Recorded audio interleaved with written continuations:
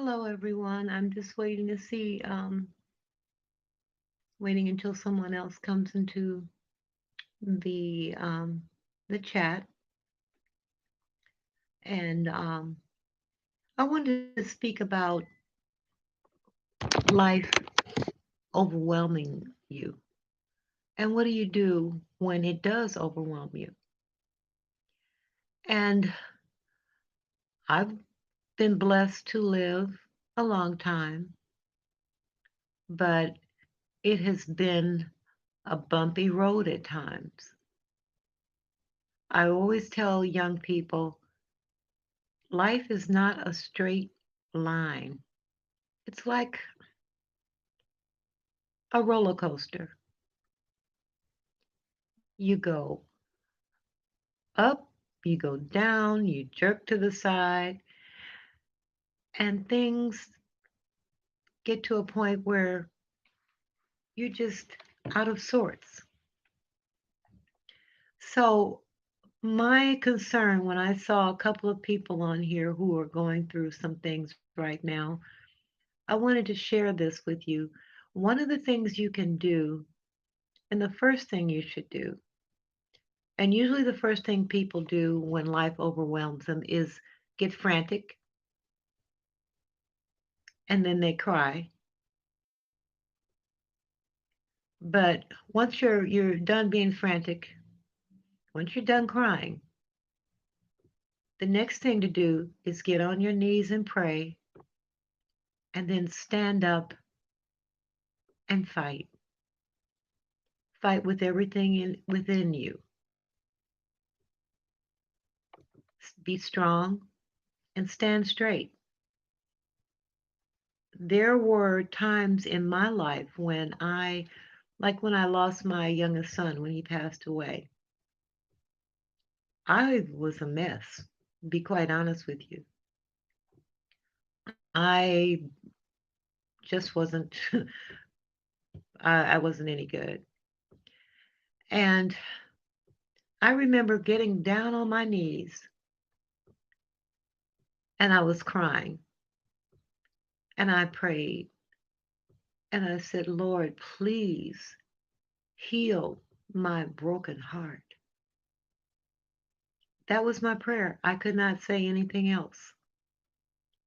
But going through that period of time, I realized that you can look at everybody, you can look at people, but you never know what someone else is going through or has gone through. You do not know the depth of pain and heart and sorrow that they are carrying within them. People will smile like everything's okay and how are you and so on. But, and I remember I was going to get my son's, my younger son's funeral clothing at a mall. And my mom was with me. And I just started looking at people wondering who is carrying the same pain that I'm carrying. I have no way of knowing. So you do gain empathy for others when they're going through trials, when you've been through a trial. And one of the things that you can do when you're praying and standing, you have to realize who you belong to. You have to realize that you belong to God. And you have to understand that He didn't bring you as far as you've come to let you know now, let you down now. You have to know that. You have to believe that. And you have to trust that. And trusting when you're going through something painful, traumatic, frightening, going through that, sometimes you may, feel like you can't do anything but focus on the problem. Focus on the solution. And one of my favorite scriptures is, let not your heart be troubled, neither let it be afraid. And I'm paraphrasing now, for I give you peace, not as the world gives you. And that's when I realized that that was the kind of peace that I needed. And that peace that goes beyond understanding. There are people that I know that will tell you today that when I was going through a lot of things in my life, I did not, they didn't know about it unless I told them. But you have to keep your wits about you. You have to focus on your health. You have to make a commitment to your body. And when you make a commitment to eat right, you're making a commitment to feed your brain properly. Now, one of the best brain foods is salmon. That's a great brain food. You have to eat to survive your trauma. Also, walking. When you have walked for 15 minutes, your brain releases endorphins into your body. That's the happy chemical in your body. And the walking has to be 15 minutes before they're released. These are the kind of things that you can do to keep yourself together. Some people do cleaning. I've done that. When things were out of control, I would do cleaning simply because the cleaning, I saw immediate results. I could see that I could control something. And you need that to reinforce in your own mind that you are still in control. And it's like yin and yang. Okay, this is out of control on the right, but I got this on control on the left.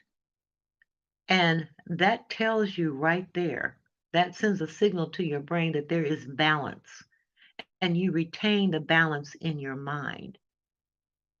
So when you're feeling overwhelmed and frantic, yes, you're going to cry. Yes, you're going to be frantic, but pray, but also exercise, eat healthier foods, do tasks and chores such as different kinds of cleaning in the house. If it's not but one, clean out a closet or something like that. Those are the things that will help you get through that initial period. And soon, once you do that, you will start to feel as if, okay, I can do this. And that helps you retain your sanity. I'm sharing this because of the two things that happened today, the people that we're keeping lifted up in prayer, June G and Sugar PYT, because we need to know how to survive being overwhelmed. And we can never, ever count ourselves out or down. Now, like I said, it took me years to get over the death of my youngest son. Years. But I never gave up trying. And one of the first things I had to learn were the stages of grief. And I think I did a video about that a while back. I had to understand what was going on in my own mind. And when you're overwhelmed, you know, your brain sends out signals to your body, even the stress goes to the weakest part of your body, and you can become more ill physically simply because you're going through stress. So you have to continue to pray, continue to um, put positive thoughts in your mind. And everyone doesn't have the same faith, but one thing is certain: there is a higher being than ourselves. And some people call it the universe, some people call it God. I call it God. And what you have to do is relax because and know that it can be in control. Because being overwhelmed can make you go insane if you're not careful, if you're not um, being aware of exactly what is going on in your own mind. And I just like to say to anyone out there who's going through something, we all go through things in life. Life is not, you know, this utopia that we feel it should be a lot of the time. And you have to stay grounded and you have to talk to yourself in your head and say, I'm going to be okay. You have to speak that into existence. I'm going to be okay. God has got this. God's got me. I'm strong. I can handle this. And when I get back on the other side, when I get to the other side of this, I will look back and I will be proud of myself for being strong. And I will make it through this, whatever it is, be it health, be it, the loss of a loved one, anything like that. When those things come up, what you can do is look at the future and say, I'm going to be fine. And I will say, a lot of times, people say that even when they don't really know, but by an act of your will, you can say that aloud and speak it into existence to the universe and claim it. I will be fine. And then pray and move forward and take extra special care of yourself. Okay, everyone, have a good evening. I just wanted to share that with those who are going through something right now and really try to make it clear to yourself when you do through something because everybody will. We all will. I know I have. And I had the idea that life was going to be perfect when something happened. Life is never perfect. We have our ups and downs. And if you have ups and downs, there's no need to act like, you know, you don't have ups and downs. We all do. That's part of being alive. And always remember, like someone told me, there's an old saying, um, hey, Patrice, there's an old saying that I heard, well, two of them. One was that I thought I had it bad because I had no shoes. Then I met a man without no feet. You see the difference there? And those are the kinds of things that, you have to remember. And another thing, when I was very sick in the hospital in my early 20s, I could have died. I didn't. But you know how the nurses bring around magazines to you and when you're in the hospital for you to read, and I'll never forget it. And I can't remember who made the statement, who the quote was by, but the quote was, anyone who thinks money is everything has never been sick. And I cannot remember anything that was more true. And I keep that in mind, okay? As long as you've got your health, you're going to be okay. And if your health is an issue, then you have to work on your mind and do the things necessary to keep your health. How you doing, Patrice? I'm glad to see you here, hon. So that's basically what I wanted to share. And I was going to go on StreamYard to have other people come in, and I still may do it to have other people say how they've weathered storms and that sort of thing and trauma in their life. But please continue to keep um, your loved ones and family lifted up in prayer. and good vibes for them. Please continue to keep June G and Sugar PYT lifted up in prayer. And then let's pray for our country that we are going to heal. Thank you for being here so much, Patrice. Love you, hon. Let's pray for our country to heal as well. The division between us as a country, for that to, you know, not magically go away, but for us to take steps towards the healing. And when you do get overwhelmed, try to have someone that you can call and talk to.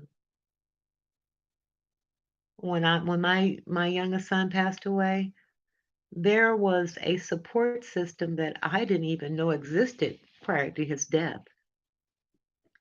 And I was totally against the right to life people because I was very much for people doing what they want to do.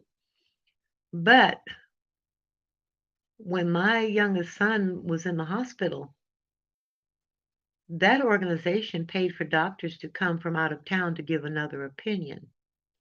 They also paid for his funeral because I didn't have insurance for him at that time. He was very young. I mean, he was like, like a baby, and so I was totally unprepared for that. And these people, this group, came together for me. But also, after he passed away, there was a grief network set up where you could call people and talk to them. Have someone you can talk to, but also you can be the person that is called and talked to if you do nothing but listen. If somebody has you on the line and they're just crying and they don't want you to say anything, they just want to cry and talk to you, be that person for them. And make sure you get that person like that in your life. As for me, um, my stepmom was that person. She recently passed away. And the void she left, oh boy, is huge.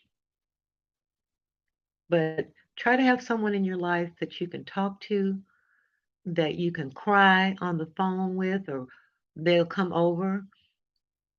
And I'll tell you one more experience I had. I lived in Texas at one time, and I was having a yard sale, and I was very pretty much experienced in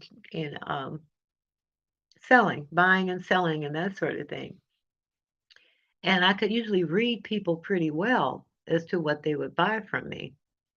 But I tell you, Texas had me so shook because it was a whole different culture that I had not experienced as an adult. I lived there as a child, but not as an adult. And she walked up, she was a little small lady, small, and she had, like Texas, big hair, big earrings down to her shoulder, everything. I said, and she drove up in a Mercedes. I said, "Oh, she ain't gonna buy nothing from me," you know, because that was my experience to that point. But when as it turns out, she turned out to be a very good friend. And I remember I got sick one evening, and she called, and I could hardly talk. I was so sick.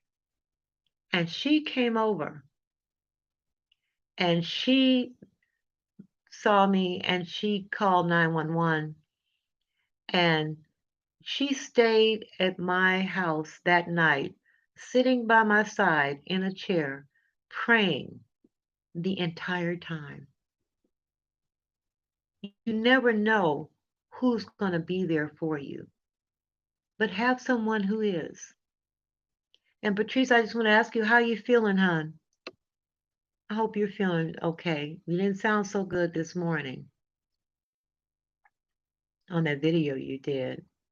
So I've been praying for you too.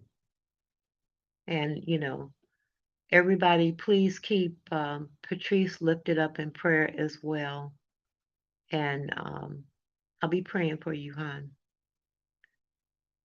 So that's those are my suggestions. And as I said before, for those who don't know, I'm 71 years old and I've been through a lot and I've survived a lot. I've endured a lot. And I believe in each one, teach one. And that's how we need to move forward. Blessings to everybody. Have a great and wonderful evening.